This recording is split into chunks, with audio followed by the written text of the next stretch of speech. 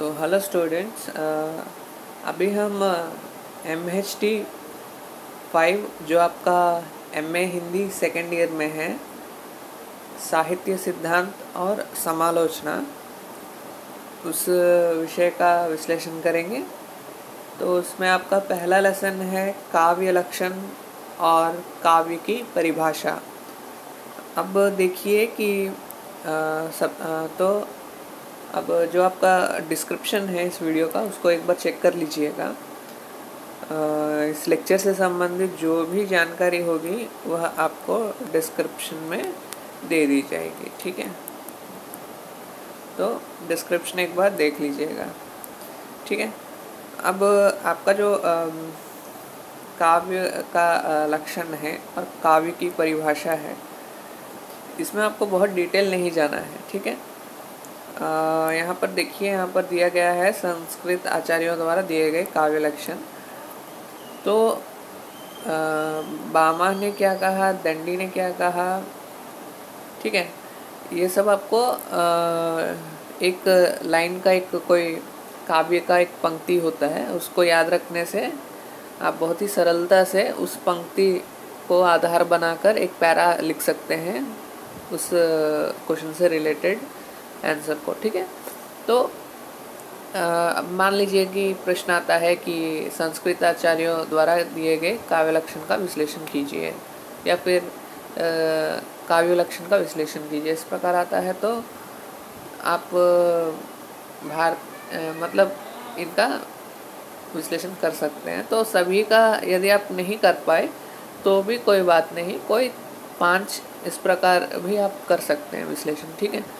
तो कोई specific question आता है, मतलब भारतीय आचार्यों के अनुसार काव्य लक्षण बताइए, तो आपको इन सभी का विश्लेषण करना होता है।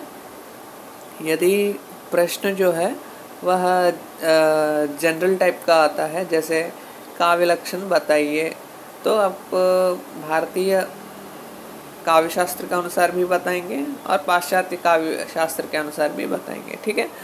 तो क्या है कि सबसे पहली बात तो यह है कि हमको काव्य लक्षण बताते समय बहुत ही डिटेल में नहीं जाना है, ठीक है। मतलब जो बेसिक बात है ना, उसको पहले पकड़िए, ठीक है। अब बेसिक्स आपने पकड़ लिया तो उसको आधार बनाकर आप आंसर लिख सकते हैं, ठीक है। अब वो देखिए, बामा ने कहा कि शब्दार्थो सहितो काव्यम, मतलब जो काव्य होता है उसका शब्द और अर्थ दोनों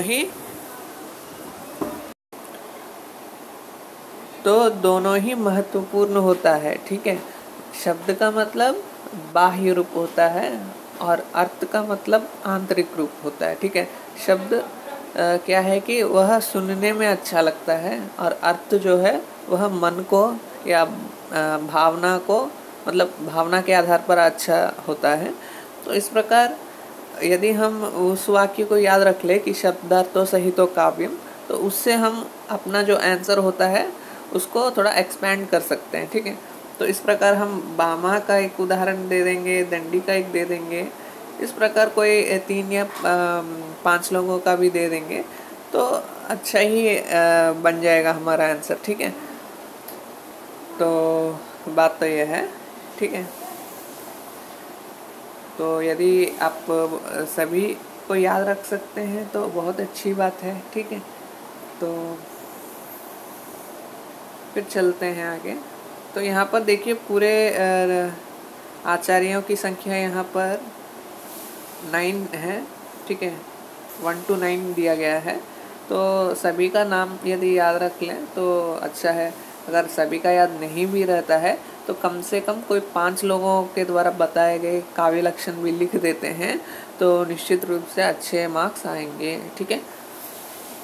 और उसके बाद देखते हैं कि क्या और हमको पढ़ना होगा इस लेसन में। तो हमको इसके बाद पढ़ना होगा पाश्चात्य काव्य शास्त्र में काव्य लक्षण। अब देखिए, पाश्चात्य काव्य शास्त्र में काव्य के लक्षण बताने वाले लोगों की कमी है। अब कमी मैं इसलिए कह रहा हूँ कि मेरे अनुसार ऐसा मुझे लगता है कि जो भी आचार्य हुए हैं पाश्चात्य काव्य शास्त्र में, उन्होंने अपनी कोई रचना को लिखते समय काव्य लक्षण बताने का प्रयास किया है, न कि उसके लिए कोई स्पेसिफिक कुछ लिखा है अलग से। मुझे ऐसा तो नहीं लगता, ठीक है, क्योंकि कोई भी ऐसा विवरण हमको नहीं मिलता है, ठीक है। तो विशेष रूप से जब भी पाश्चात्य काव्य शास्त्र की बात आती है तो सबसे पहली बात तो हम किसको याद करते हैं? प्लेटो की याद करते हैं, ठीक है। फिर प्लेटो के बाद उनके जो शिष्य हैं,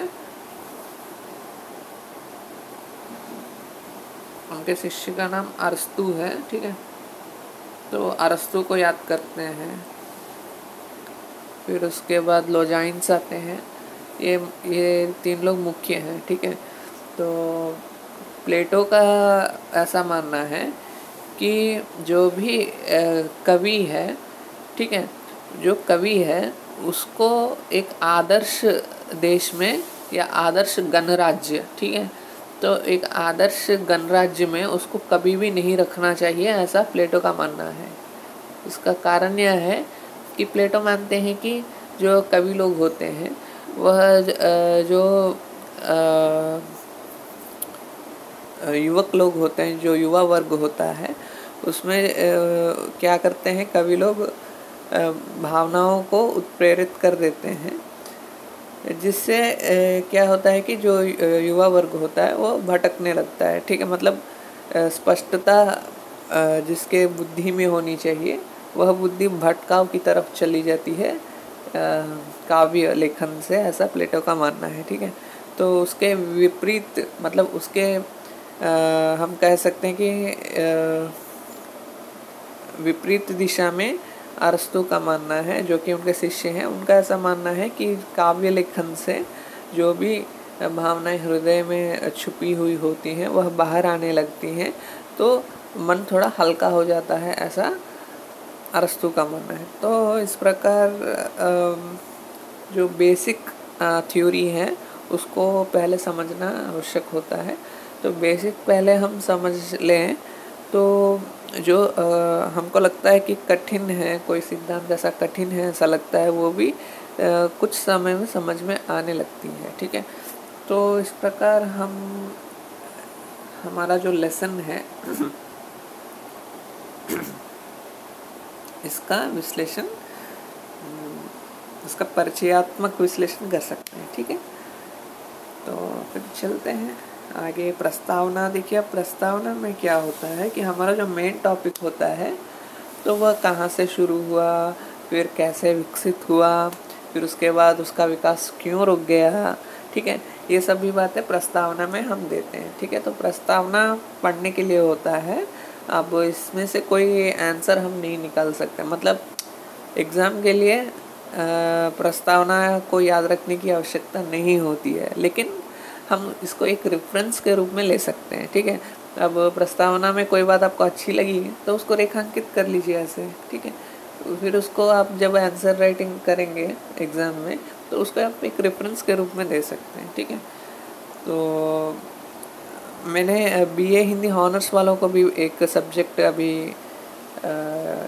पढ़ाया है, तो मैंने उनको बताया है कि जो भी आप पढ़ें इग्नो के बुक्स में, उसको जो पॉइंट आपको इम्पोर्टेंट लगता है उसको अंडरलाइन कर लीजिए ऐसे, और जब आपका पूरा का पूरा पैरा समाप्त हो जाता है तो आपके पास लगभग 15 to 17 रेखांकित इम्पोर्टेंट पॉइंट्स होते हैं। तो उसमें से कोई 5 पॉइंट्स उठाकर यहाँ पर ऐसे इग्नो के बुक्स में आपको प्लेस मिलता है लिखने का, ठीक है। पैरा के साइड में आपको एक प्लेस होता है लिखने का, तो वहाँ पर आप जो मेन पॉइंट्स है उस पैरा का वो उसको लिख लीजिए कोई 5, ठीक है।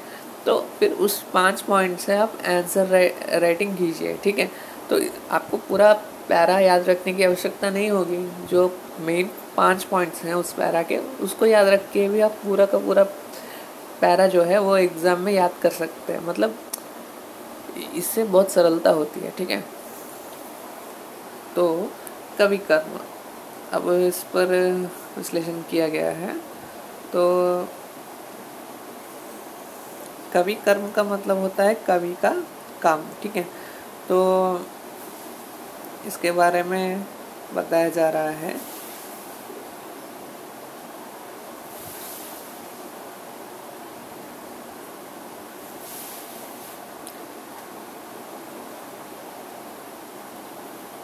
और यहाँ पर जो भरत मुनि हैं उन्होंने कुछ लक्षण बताए हैं काव्य के, ठीक है। तो ध्यान यहाँ से हम एक बार देख लेते हैं ये बात, ठीक है। तो ध्यान देने की बात है कि भारतीय काव्य शास्त्र में काव्य पर एक स्वतंत्र इकाई के रूप में भी चिंतन मनन हुआ है, ठीक है। तो कवि मौलिकता से अर्थ लिया गया है कि अनुभूति के लिए कवि किसी का ऋणी नहीं होता। इसका मतलब ये होता है कि जो भी कवि लिखता है वह किसी और के अनुभव से नहीं, स्वयं अपने ही अनुभव से अधिक लिखने का प्रयास करता है, ठीक है। तो इसलिए प्रश्न उठा कि काव्य का सच्चा लक्षण क्या है। तो इस कारण से क्या है कि सभी जो कवि होते हैं उसमें अधिकतर लोग अपने भावनाओं के अनुसार लिखते हैं। तो काव्य का लक्षण कैसा होना चाहिए, क्योंकि प्रत्येक कवि अपने अनुसार काव्य लिखता है, तो हो सकता है कि प्रत्येक काव्य का लक्षण अलग हो। तो इसमें अब प्रश्न आता है कि एक अच्छे काव्य का लक्षण क्या होना चाहिए। तो इस विषय को आचार्यों ने अनेक रूपों में उपस्थित किया। वास्तव में इन आचार्यों के सामने एक समृद्ध सृजन परंपरा थी। कई तरह की काव्य कोटियाँ थी। भरत मुनि ने नाटक पर आधारित काव्य लक्षण प्रस्तुत किए। तो काव्य लक्षण पर तो बहुत से लोगों ने लिखा है, लेकिन हम यहाँ पर उन्हीं का विश्लेषण कर रहे हैं जो कि प्रमुख है, ठीक है। तो यहाँ पर प्रस्तावना दी गई है भरत मुनि के बारे में। वैसे तो काव्य लक्षण में भरत मुनि के जो बताया गया अभी सिद्धांत है ये हम उतना नहीं लिखते हैं, क्योंकि जो भरत मुनि हैं उन्होंने नाट्य शास्त्र लिखा है। उसमें अधिक रूप से क्या है कि जो नाटक होता है उस पर अधिक ध्यान दिया गया है, काव्य पर ध्यान कम दिया गया है, ठीक है। मतलब इस भरत मुनि की विशेषता नाटक में है, ठीक है, नाटक साहित्य में है। फिर भी उन्होंने काव्य के बारे में कुछ बातें कही हैं कि ऐसा लक्षण होना चाहिए काव्य में, ठीक है। तो मृदु ललित पदावली होनी चाहिए, गूढ़ शब्दार्थहीनता, सर्व सुगमता, युक्तिमता, ठीक है। कुछ लक्षण इन्होंने भी बताए हैं। तो हम प्रस्तावना के रूप में भरत मुनि के बारे में भी बता सकते हैं कि भरत मुनि ने कुछ काव्य लक्षण बताए हैं, और फिर उसके बाद बामा, दंडी, ये सभी लोगों का थोड़ा डिटेल में जा सकते हैं इसे, ठीक है। तो सभी के बारे में बताने की आवश्यकता नहीं है, इससे आंसर बहुत बड़ा हो जाएगा, ठीक है। और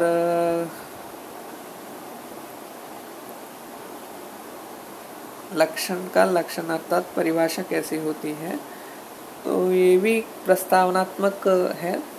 ये पैरा भी एक बार पढ़ लीजिए और जो पॉइंट इम्पोर्टेंट लगता है आपको वो रेखांकित कर लीजिए, लेकिन ये भी प्रस्तावनात्मक है।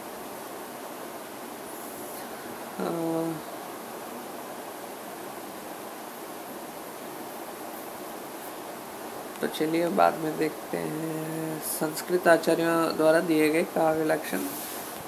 तो यहाँ पर बामा का तो मैंने आपको पहले ही बता दिया है, ठीक है। शब्दार्थ तो सहितों का काव्य मैंने उदाहरण दिया था, आपको याद होगा। तो उसके अनुसार हम बामा का काव्य लक्षण बता सकते हैं। तो बामा के अनुसार मुख्य रूप से क्या है कि इनके अनुसार काव्य में अलंकार अवश्य होना चाहिए, ठीक है।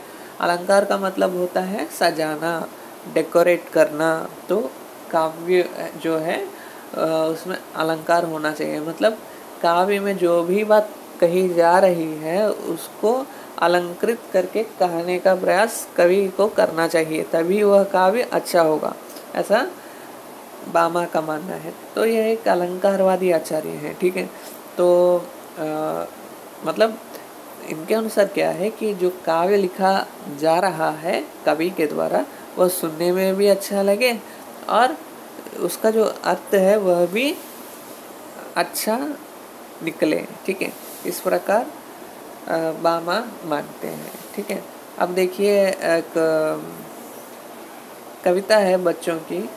मछली जल की रानी है, जीवन उसका पानी है, हाथ लगाओ जल जाएगी, बाहर निकालो मर जाएगी।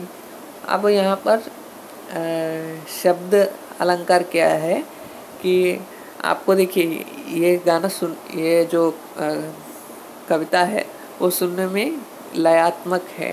ठीक है, एक रिदम है। ठीक है, रिदम का मतलब होता है जैसे कोई बच्चा लगातार चल रहा है रुके बिना। ठीक है, तो उसमें क्या है, एक रिदम है। ठीक है, अब मान लीजिए एक बच्चा जो है वह चलते समय गिर गिर कर चल रहा है, तो उसमें क्या नहीं होगा, रिदम नहीं होगा। ठीक है, तो काव्य में भी जो शब्द होते हैं, जो काव्य होता है, सुनने में उसमें एक रिदम होना चाहिए, मतलब लगना चाहिए कि और हम आगे सुने, ऐसा सुनने वाले को लगना चाहिए। ठीक है, यह शब्द अलंकार होता है। और जो अर्थालंकार होता है उसमें अर्थ की प्रधानता होती है। अब इस उदाहरण में देखें तो मछली जल की रानी है, तो यहाँ पर कहा जा रहा है कि जो मछली है वह जल में रहती है, तो वहाँ की यह रानी हुई। मतलब जो भी कुछ होता है पानी में, उन सभी को मछली देखती है। ठीक है, यह उसका रहने का स्थान है। तो इसमें अर्थ यह निकल कर आ रहा है। ठीक है, मतलब सुनने में भी अच्छा है और उसका अर्थ निकालने पर भी अच्छा अर्थ निकल रहा है। तो ये हुआ शब्दार्थो सहितो काव्यम। ठीक है, तो काव्य में शब्दालंकार होना चाहिए और अर्थालंकार भी होना चाहिए। ठीक है, शब्दार्थो सहितो काव्यम हो गया बामा का विश्लेषण। अब देखिए यहाँ पर मैं थियोरेटिकली नहीं जा रहा हूँ, ये सभी आपको जो भी पैरा यहाँ पर दिया गया है सभी थियोरेटिकल बात है, तो मैंने थोड़ा प्रैक्टिकली बताने का प्रयास किया है उसी बात को। ठीक है, तो आपको पढ़ते समय क्या करना है कि जो भी इसमें इम्पोर्टेंट पॉइंट्स हैं उसको रेखांकित कर लीजिए, और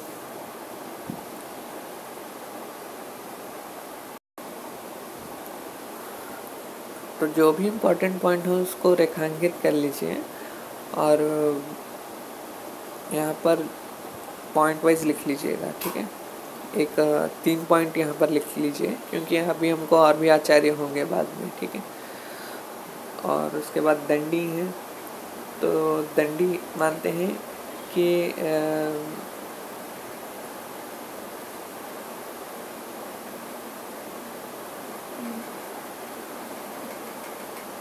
तो इन्होंने अधिक रूप से क्या है कि जो काव्य का बाह्य रूप है उसको अधिक महत्व दिया है। तो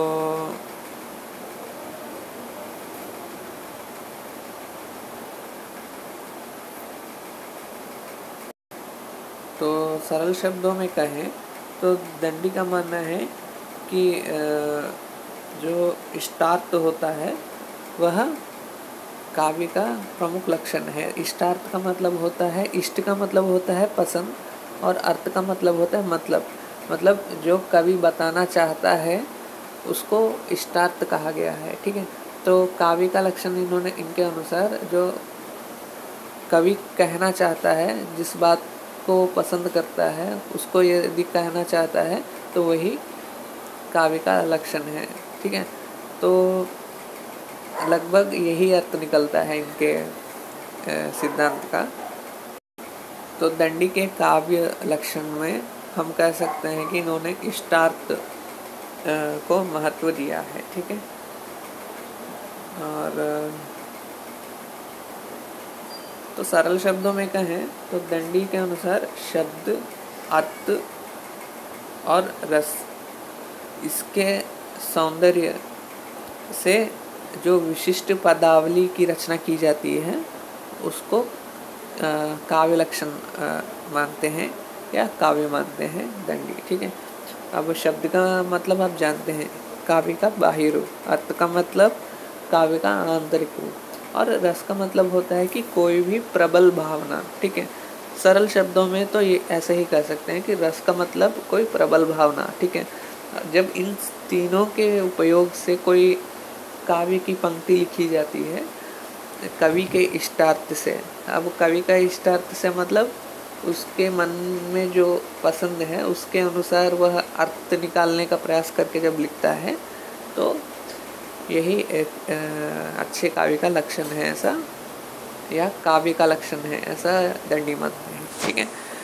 फिर उसके बाद वामन है। अब वामन का जो सिद्धांत है यह रीति सिद्धांत है। रीति का मतलब होता है तरीका, ठीक है। तो शैली, इसको हम शैली भी कह सकते हैं। तो सभी का अपना तरीका होता है। जैसे मैं एक तरीके से पढ़ाता हूँ तो कोई दूसरे तरीके से पढ़ाता होगा, ठीक है। तो यहाँ पर वामन का ये ऐसा मानना है कि जो काव्य होता है उसमें शैली ही क्या है, विशेष है, ठीक है, ऐसा वामन मानते हैं। तो उसके अनुसार ही वह काव्य लक्षण बताएंगे, ठीक है। तो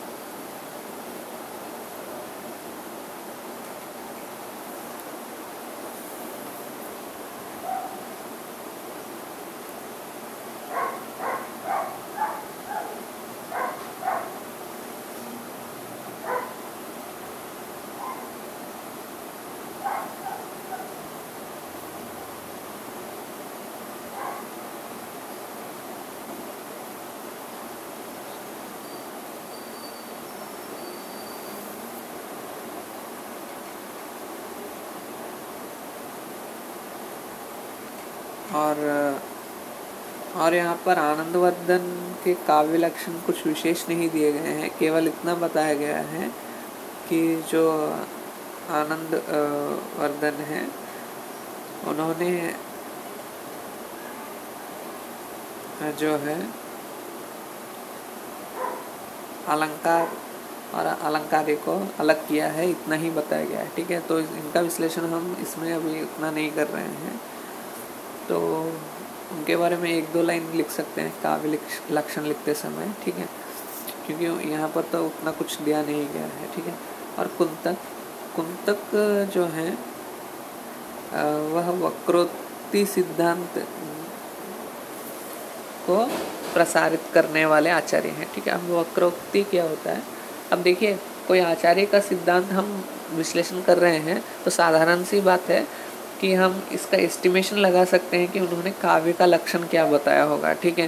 तो ये बात भी याद रख के चलिएगा, ठीक है। अगर आपको किसी आचार्य ने क्या कहा है सिद्धांत में, ये बात भी अगर आपको याद है और आपने काव्य के लक्षण पूरा लेसन नहीं भी देखा है तो भी आप बड़ी ही सरलता से उसका आंसर लिख सकते हैं, ठीक है।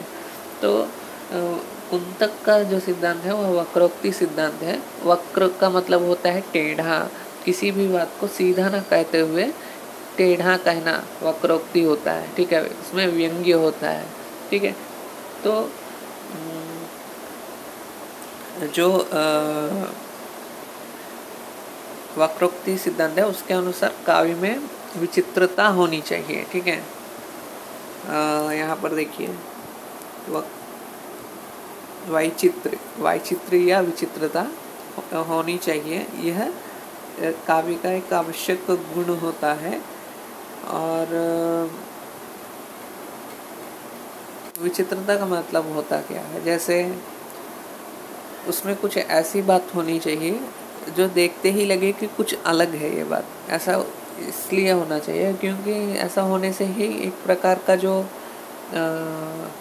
किसी बात को जानने की प्रबल इच्छा होती है मनुष्य में, उससे क्या होता है कि काव्य के प्रति ध्यान अधिक होता है। ठीक है, तो पहली बात, काव्य में विचित्रता होनी आवश्यक है और काव्य में वक्रता होनी चाहिए, कुछ छुपा हुआ अर्थ होना चाहिए। ठीक है, तो बात को सीधा ना कहते हुए क्या है कि वक्रता या व्यंग्य करते हैं काव्य में, तो वो काव्य बहुत ही अच्छा लगने लगता है। ठीक है, क्योंकि जो पढ़ता है वो सोचने लगता है कि इसका अर्थ क्या निकलेगा, ऐसा सोचता है, तो उसमें वक्रता होती है। ठीक है, तो सरल शब्दों में ये पूरा पैरा जो है उसका पूरा मिलाकर सरल शब्दों में ऐसा हम समझ सकते हैं। ठीक है, और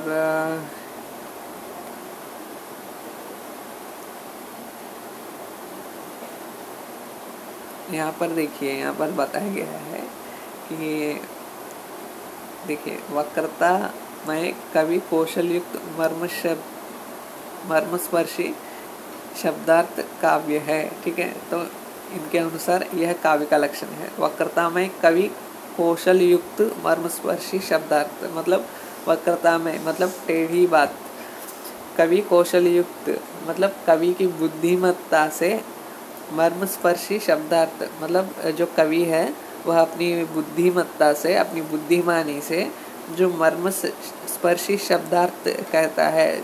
मर्मस्पर्शी शब्दार्थ का मतलब होता है छुपा हुआ शब्दार्थ जो कहता है, वही काव्य का लक्षण है वक्रता के सिद्धांत के अनुसार, जो कि किसने बताया? कुंतक ने बताया। ठीक है, तो ये पूरा पैरा का वही अर्थ निकलता है। ठीक है, और फिर मम्मट ने भी हमको यहाँ पर वामन की तरह दोष रहित गुण सहित कभी कभार अलंकृत शब्द और अर्थमय रचना को काव्य कहा है। ये आपको थोड़ा वामन जैसा लग रहा होगा, मुझे भी ऐसा ही लग रहा है, लेकिन यहाँ पर एक डिफरेंस है कि इन्होंने कभी कभार अलंकृत कहा, वही वामन से और इनमें डिफरेंस है। ठीक है, और बाकी सभी बात एक ही है। ठीक है, फिर चलते हैं विश्वनाथ की तरफ। तो इनका डेफिनेशन बहुत ही इम्पॉर्टेंट है, प्रसिद्ध है। यह 12वीं शताब्दी के एक आचार्य हुए हैं। ठीक है, तो वाक्यम रसात्मकम काव्यम, ये डेफिनेशन याद रख लीजिए, बहुत काम आने वाला है। ठीक है, तो आपको कॉम्पिटिटिव एग्ज़ाम्स में भी आपको काम आएगा और एमए में तो काम आएगा ही। और आप यदि अध्यापन के क्षेत्र में भी आप यदि जाना चाहते हैं, तो उस क्षेत्र में आप जब जाएंगे, जब काव्य के बारे में कुछ पढ़ाएंगे, तो वाक्यम रसात्मकम काव्यम, ये वाक्य आपको बहुत अच्छी तरह से याद रहेगा, क्योंकि सुनने में भी अच्छा लगता है, याद करने में भी सरल होता है, और जब हम याद कर लेते हैं तो उसका डेफिनेशन भी बहुत ही सरलता से निकलता है। ठीक है, तो इसमें क्या है कि जो वाक्य होता है उसमें, मतलब जो काव्य होता है उसमें जो वाक्य लिखा जाता है उसमें अवश्य ही रस होना चाहिए। ठीक है, निश्चित रूप से होना चाहिए। ठीक है, अब यदि कोई वाक्य में रस नहीं है तो वह काव्य नहीं है। ठीक है, तो यह मानना है विश्वनाथ का। तो यह एक रसवादी आचार्य है। ठीक है, तो रस का मतलब तो आप जानते ही होंगे कि कोई एक प्रबल इच्छा। ठीक है, मन की जो एक प्रबल इच्छा होती है, जो कि पहले से हम में रहती है, लेकिन संदर्भ पाने पर ही बाहर उसको मनुष्य क्या करता है, एक्सप्रेस करता है, या हम कह सकते हैं कि मतलब वो देखने में, मतलब बाह्य रूप से कुछ ही सिचुएशंस में देखा जा सकता है, नहीं तो रस क्या है कि हृदय में ही सदा रहता है। ठीक है, तो उसी को हम रस कहते हैं। तो सरल शब्दों में कोई प्रबल इच्छा, ऐसा याद रख लीजिए। तो जो किसी काव्य में जो वाक्य होता है उसमें जब रस होता है तभी वह काव्य कहलाता है, ऐसा मानना है विश्वनाथ जी का। ठीक है, हो गई ना बात समाप्त। और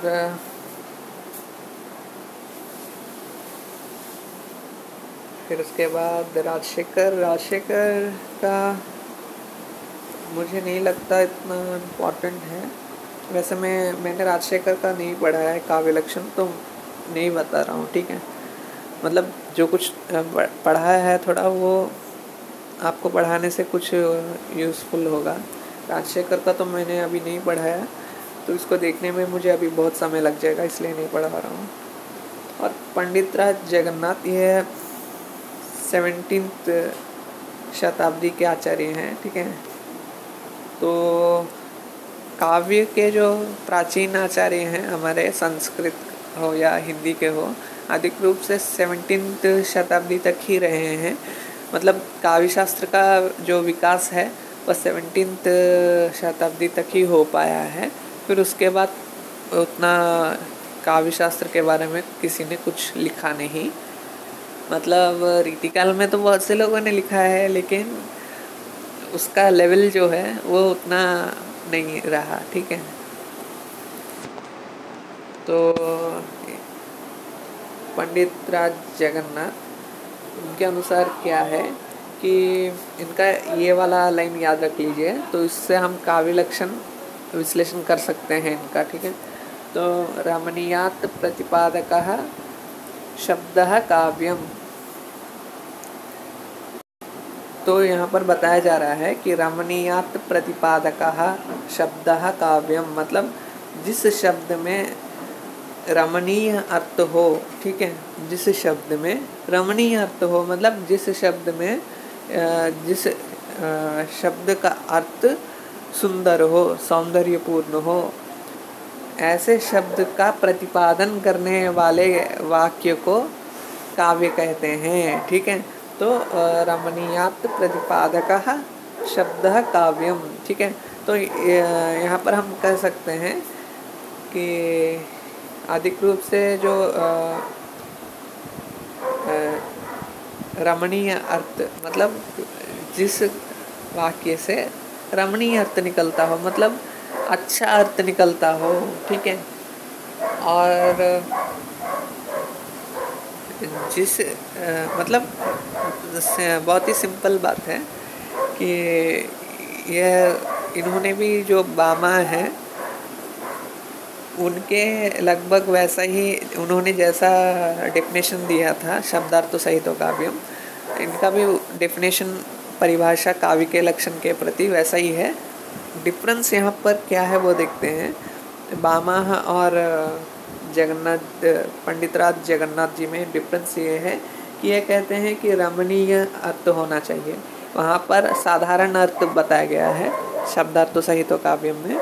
ठीक है, यहाँ पर क्या है कि रमणीय अर्थ का बात कर रहे हैं, तो यहाँ पर जो अर्थ है वह केवल अलंकृत ही नहीं होना चाहिए, अलंकृत होने के साथ ही रमणीय अर्थ प्रदान करने वाला होना चाहिए। मतलब कोई अर्थ होना चाहिए, जैसे कोई सुंदर अर्थ निकल कर आना चाहिए। ठीक है, जैसे हमारे बहुत से गाने हैं, प्राचीन जो गीत हैं, उसमें ऐसा कोई उदाहरण हम दे सकते हैं।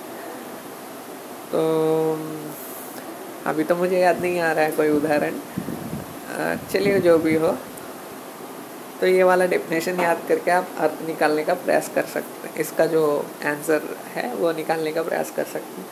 तो इस प्रकार से भारतीय आचार्यों द्वारा बताए गए काव्य लक्षण का हमने अभी तक विश्लेषण किया है, और हिंदी में बताने वाले लोगों का भी यहाँ पर विवरण दिया गया है, लेकिन मैं उसका भी विश्लेषण नहीं करूँगा क्योंकि मुझे नहीं लगता कि ये उतना इम्पोर्टेंट होगा। और एक बात है, भले ही वो इम्पोर्टेंट हो, लेकिन क्या है कि मैंने वो टॉपिक कभी मतलब पढ़ा नहीं है। ठीक है, तो मतलब एक बार उसको देखना पड़ता है पहले, फिर उसके देखने के बाद ही एक हम निश्चित करते हैं कि पढ़ाना है नहीं पढ़ाना है।